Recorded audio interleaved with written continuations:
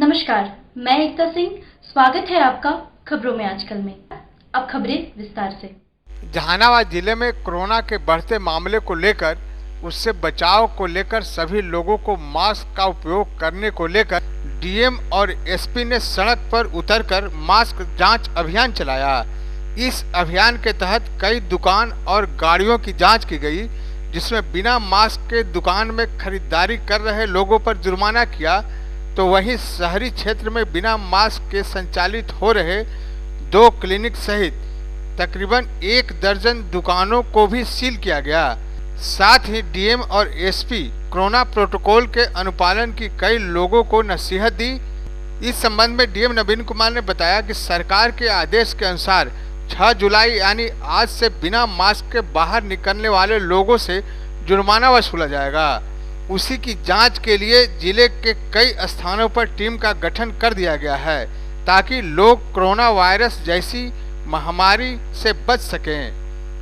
Mask का उपयोग करने के लिए ही यह सब किया जा रहा है। वहीं उन्होंने बताया कि दुकान के साथ साथ दर्जनों महिलाओं से भी जुर्माना वसूला गया और उन्हें मास्क दिया गया।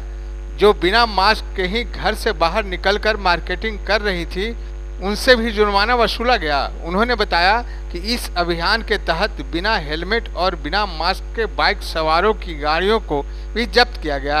इस अभियान में डीएम के अलावा एसपी, नगर परिषद के कार्यपालक पदाधिकारी सहित बड़ी संख्या में पुलिस के जवान शामिल थे। वहीं जिला प्रशासन के इस कदम से पूरे जिले में हड़कंप मच गया है।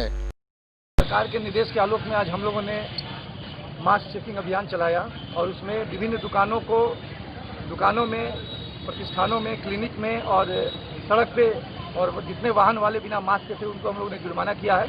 और साथ ही करीब 10 से 12 दुकानों को हम लोगों ने सील किया है। 2 डॉक्टर्स के क्लिनिक को भी सील किया है और सभी लोगों को ये बताया गया है कि अनिवार्य रूप से जिसके भी प्रतिष्ठान में कोई व्यक्ति आते हैं तो उनकी जिम्मेवारी है कि बिना मास्क के वो नहीं आए, और जो भी व्यक्ति बिना मास्क के पाए जाएंगे जहानाबाद में, उनसे 50 रुपये का जुर्माना वसूला जाएगा। तो ये अभियान लगातार जारी रहेगा? हाँ, ये अभियान लगातार जारी रहेगा। सीओ, एसडीपीओ, एसडीओ, हमारे थाना प्रभारी सभी लोगों को यह अधिकार दे दिया गया है कि वो लोग मास्क के लिए जुर्माना कर सकते हैं। लोगों से क्या अपील करते हैं?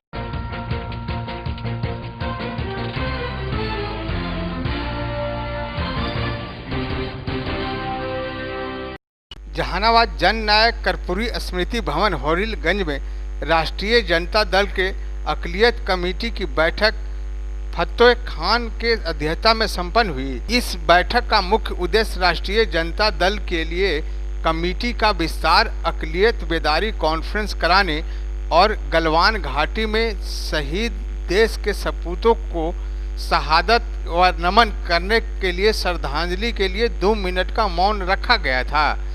बैठक को संबोधित करते हुए डॉक्टर शशि रंजन उर्फ पप्पू यादव ने कहा कि जहानाबाद राष्ट्रीय जनता दल के अक़लियत कमेटी हमेशा अपने सिद्धांतों पर खरा उतरा है और आने वाले दिनों में भी पार्टी को मजबूत करने में अक़लियत कमेटी का अहम योगदान रहेगा। साथ ही शाहीन तारिक प्रदेश सचिव ने बैठक को संबोधित करते हुए कहा कि प्रदेश के सभी अक़लियतों का एकमात्र नेता श्री लालू प्रसाद यादव हैं और उन्हीं के कदमों पर उनका बेटा तेजस्वी प्रसाद यादव चल रहे हैं। इसीलिए आने वाले चुनाव में पूरा अक़लियत समाज तेजस्वी प्रसाद यादव को मुख्यमंत्री बनाने के लिए राजद को मतदान करेगा। सभी नेताओं ने संबोधन में बेदारी कॉन्फ्रेंस जल्द कराने एवं वर्तमान सरकार के द्वारा अक़लियतों के साथ संवैधानिक अधिकार छीनने एवं दोहरी नीति लगाने का आरोप लगाया। नीतीश कुमार एवं नरेंद्र मोदी के द्वारा जो शोषण अक़लियतों के बीच विकास की अनदेखी के विरुद्ध जिले में बेदारी कॉन्फ्रेंस किया जाएगा। आज जहानाबाद कर्पूरी भवन में राष्ट्रीय जनता दल अल्पसंख्यक प्रकोष्ठ की तरफ से इस बैठक का आयोजन किया गया है। इस बैठक में सांगठनिक विस्तार और चाइना के बॉर्डर पर शहीद हुए हमारे देश के सभी जो सैनिक शहीद हुए उनके श्रद्धांजलि के लिए बैठक आहूत की गई है। और इस बैठक में बीमार सा विचार आया है कि जहानाबाद का अल्पसंख्यक जब से राष्ट्रीय जनता दल का गठन हुआ है तब से आस्था रखा है और आगे भी इसके मार्गदर्शन और इसके निर्देशन को अक्षरशः पालन करेगा। और जब तक तेजस्वी प्रसाद यादव जी को मुख्यमंत्री नहीं बनाया जाता है तब तक जहानाबाद के अकलियत चैन से बैठने वाले नहीं हैं। इन बातों को लेकर के आज विचार विमर्श चल रहा है।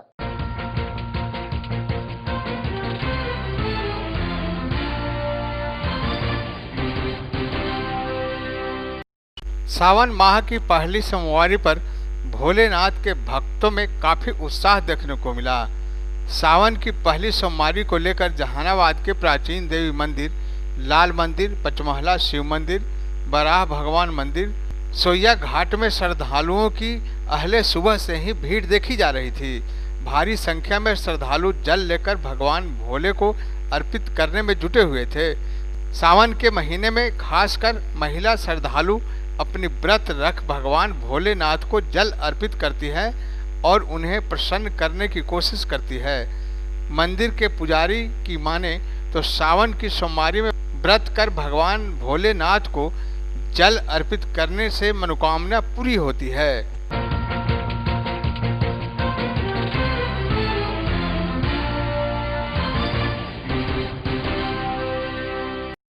जहानाबाद के बनावर थाना के अंतर्गत अकबरपुर गांव में एक ही परिवार के 2 बच्चे के नदी में डूबने से मौत हो गई। बताते चले कि दोनों बच्चे अपने घर से शौच के लिए निकले थे। फल्गु नदी से निकलने वाले लिंक नदी में बच्चे शौच के बाद जैसे ही गए वहां पर पैर फिसल गया और दोनों गहराई में चले गए। आसपास के लोगों ने जब देखा तब तक दोनों बच्चे काल के गाल में समा चुके थे। दोनों बच्चों की मौत की खबर सुनते ही अकबरपुर के ग्रामीण स्तब्ध रह गए। लोगों ने बताया कि ग्रामीण जब तक बचाने का प्रयास करते तब तक दोनों बच्चे की नदी में डूबने से मौत हो चुकी थी। फिलहाल बराबर पर्यटन स्थल की पुलिस ने दोनों बच्चे के शव को अपने कब्जे में लेकर पोस्टमार्टम के लिए जहानाबाद सदर अस्पताल भेज दिया है। यहां से पोस्टमार्टम के बाद अंतिम संस्कार के लिए परिजनों को सौंप दिया जाएगा। नदी है, निकला है, उसी में तालाब है, उसी में डूब गया। ये कहाँ का बच्चा है, कहाँ की घटना है? अकबरपुर का है, बानावर थाना, बराबर थाना जहानाबाद का है। ये दोनों बच्चा एक ही गांव के हैं। कौन गाँव का घटना है?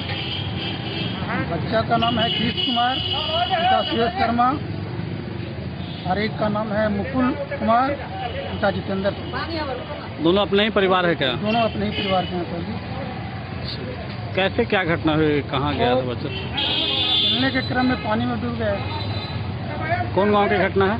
अकबरपुर। अकबरपुर की घटना है। अकबरपुर का है।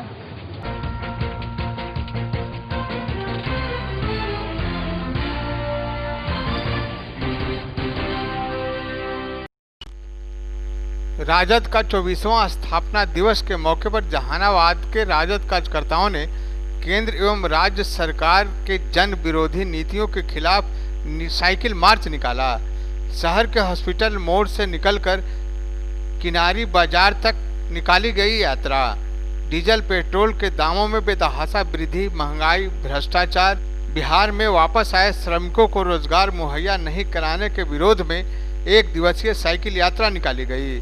इस दौरान सरकार के खिलाफ जमकर नारेबाजी भी की गई।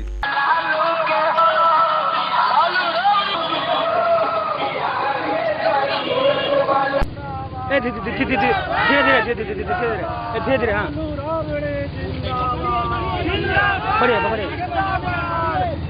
ऐसे ऐसे। वो सरकार निकम्मी है, वो सरकार निकम्मी है,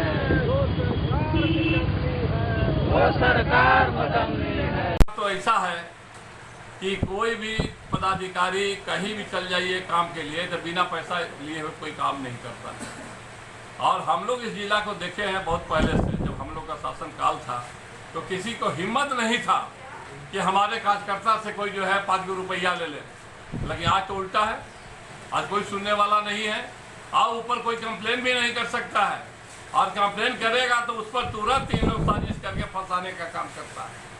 तो यही सब मुद्दा को लेकर के हम लोग जो है विरोध स्वरूप जो है साइकिल यात्रा का जो है कार्यक्रम किए, और सारे गरीब गुरुआ हर जमात के लोग जुड़े हैं इसमें। और मुझे पूर्ण विश्वास है कि ये आक्रोश जनता का जो आक्रोश है और जो है गरीबों में जो अत्याचार और पीड़न जो चल रहा है, इसको अब जनता आने वाले समय में बर्दाश्त नहीं करेगी और इसका डट कर मुकाबला करेगी।